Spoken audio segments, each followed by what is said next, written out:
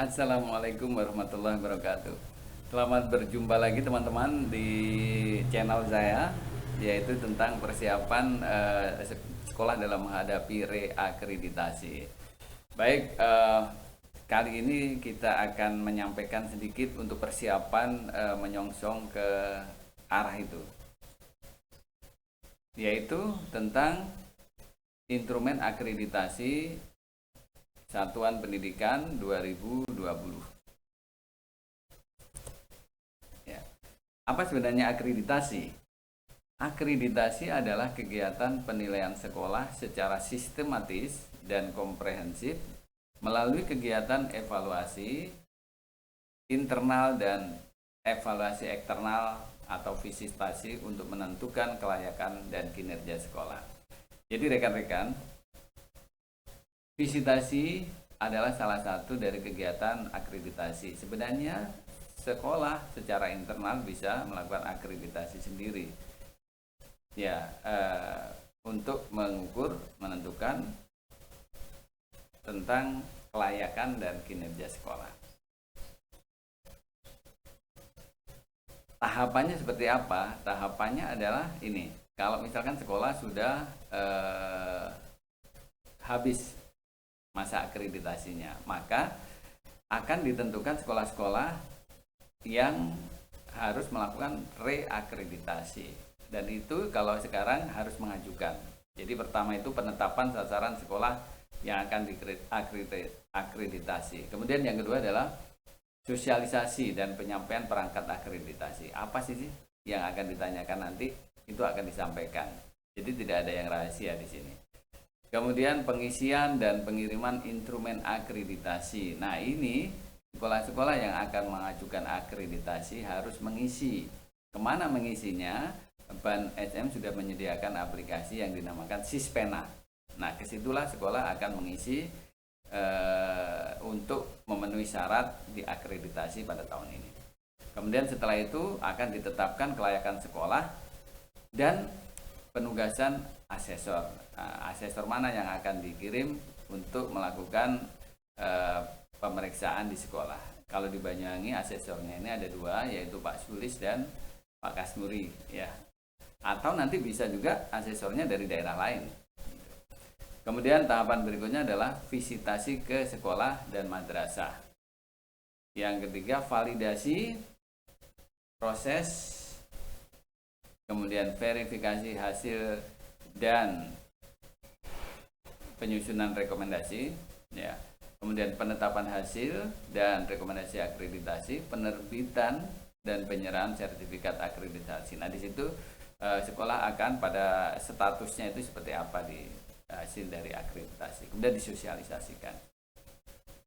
Nah, alhamdulillah sekolah-sekolah di Banyuwangi yang sudah waktunya mengajukan reakreditasi sudah mengajukan semuanya, termasuk di sini salah satunya adalah SMA 17 Agustus 1945 Banyuwangi. Nah, ini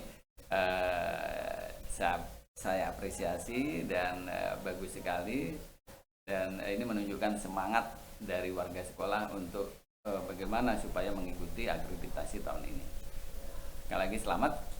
Kemudian berikutnya kita harus tahu visitasi itu apa. Visitasi adalah kunjungan ke sekolah yang dilakukan oleh asesor untuk melakukan klarifikasi, verifikasi, dan validasi data serta informasi yang telah disampaikan oleh sekolah melalui pengisian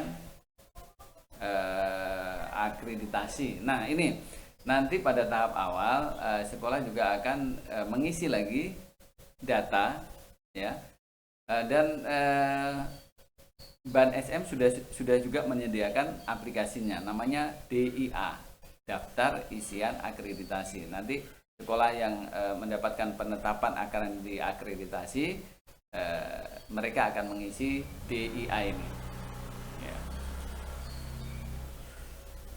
Apa saja yang dilakukan pada saat akreditasi? Ada beberapa hal di sini. Yang pertama adalah temu awal, kemudian observasi, dokumen wawancara dan FGD, kompromi, dan temu akhir. Jadi akan diberikan sosialisasi sekali lagi ya, temu awal ini, perkenalan dengan asesornya dan seterusnya. Kemudian baru melakukan observasi ya, asesor melakukan observasi. Kemudian juga melakukan observasi dokumen. Dari mana? Ya tentu dari data yang sudah dikirim tadi. Kemudian melakukan wawancara. Kemudian FGD, forum group discussion. Kemudian kompromi ya, dari hasil itu kemudian disampaikan oleh asesor ke sekolah, dan yang terakhir adalah temu akhir. Siapa saja yang harus diwawancarai? Yang pertama adalah kepala sekolah tentu saja. Yang kedua adalah guru ya, yang terkait dengan kegiatan belajar mengajarnya. Kemudian karyawan, siswa, orang tua, atau komite sekolah, dan stakeholder.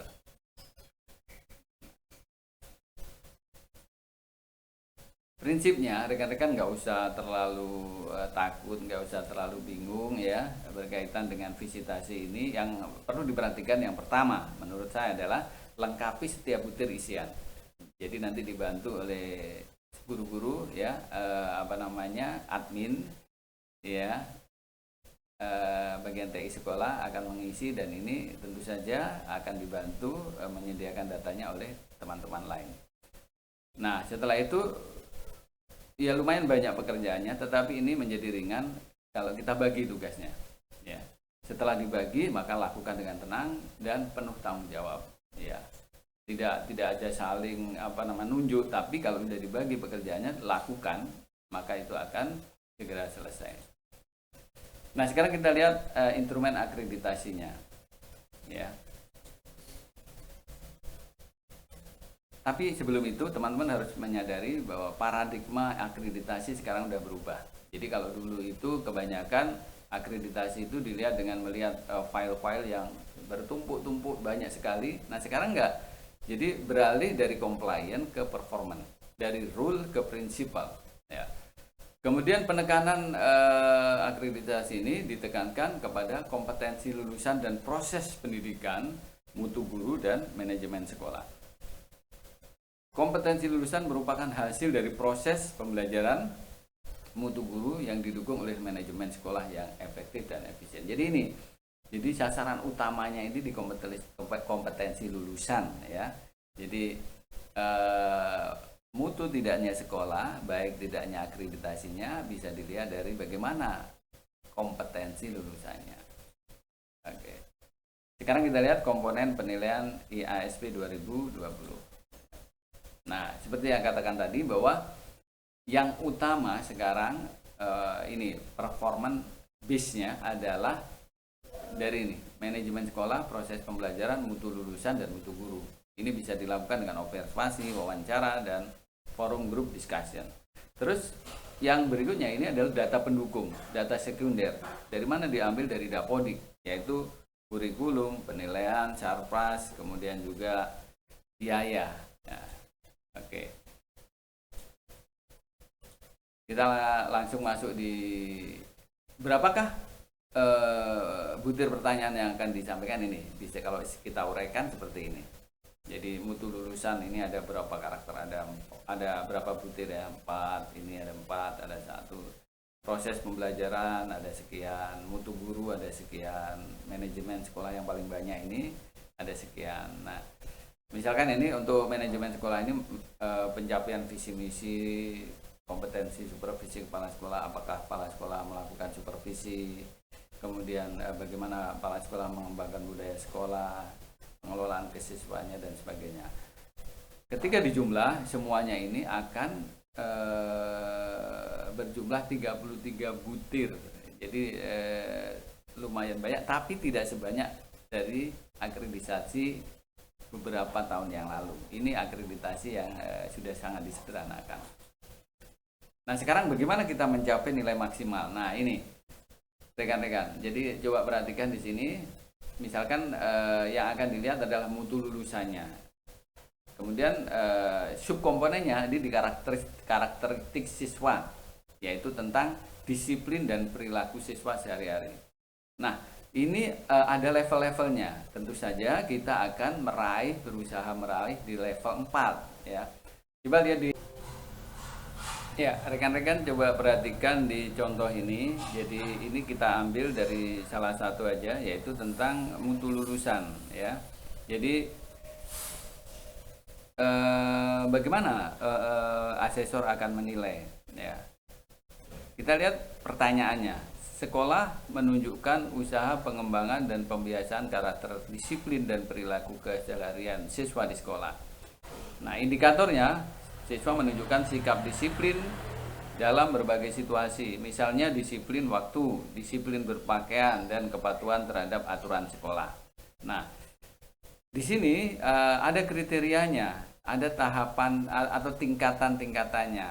Nah, tentu saja kita akan berusaha untuk memperoleh level 4 ya. Bagaimana untuk dapat level 4? Nah, tentu saja kita harus memperhatikan kriterianya ini.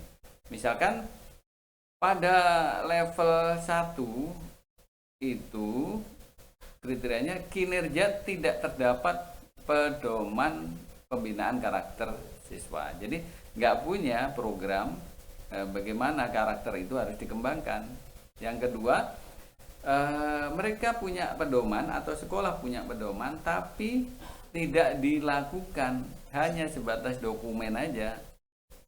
Yang ketiga adalah jika di sekolah itu terdapat dokumen ya, kemudian melibatkan orang tua siswa atau orang stakeholder yang lain, kemudian dilakukan oleh seluruh warga sekolah. Nah, sekolah akan dapat level 4 jika terdapat pedoman pembinaan karakter siswa yang melibatkan orang tua, pemangku kepentingan, dan dilaksanakan, diimplementasikan oleh seluruh warga sekolah. Karakter disiplin siswa secara umum tergambarkan dalam perilaku. Nah, inilah yang harus disiapkan oleh rekan-rekan. Jadi harus ada pedomannya, kemudian tentu saja dilakukan, melibatkan orang tua dan dilakukan, dan ini secara keseluruhan karakter siswa tergambar dalam perilaku sehari-hari. Kita lihat lagi contoh yang lain. Contoh yang lain adalah di manajemen sekolah, yaitu indikatornya adalah kemampuan inovasi dalam kreativitas dalam mengembangkan sekolah atau kewirausahaan. Pertanyaannya adalah sekolah melakukan inovasi dan kreativitas dalam mengembangkan sekolah ya. Dan kemudian kita lihat bagaimana kewirausahaan itu yang paling baik, program kewirausahaan itu yang paling baik. Nah, kita lihat sekali lagi tulisan-tulisan yang berwarna kuning ya. Yang pertama, sekolah akan mendapatkan level 1 jika sekolah tersebut tidak memiliki program. Sekali lagi, tidak disiapkan program ya. Kemudian yang kedua, memiliki program tapi tidak dilaksanakan, sama dengan yang tadi itu. Yang ketiga adalah memiliki program kemudian dilaksanakan oleh seluruh warga sekolah ya. Kemudian yang keempat adalah memiliki program, kemudian melibatkan wirausahawan. Nah ini, jadi ini berarti harus ada kerjasama dengan pihak lain. Ini yang paling bagus. Ya. Kemudian, sudah seperti itu saja. Contohnya begitu. Jadi teman-teman, tadi itu seperti yang kita pesankan bahwa yang pertama, semua isian harus diisi ya. Semua isian harus diisi. Yang kedua, bagi tugas. Bagi tugas, siapa yang dapat tugas ini. Kemudian yang berikutnya adalah lakukan dengan tanggung jawab. Ya. Jadi mudah-mudahan dengan melakukan cara-cara seperti tadi, tentu saja sekali lagi yang penting tidak perlu panik, tidak perlu takut, tidak perlu grogi, lakukan dengan baik, jawab dengan baik. Nah, nanti mungkin akan dilakukan, mungkin bisa lewat daring atau bisa langsung lewat tatap muka. Semuanya sama prinsipnya, lakukan dengan baik.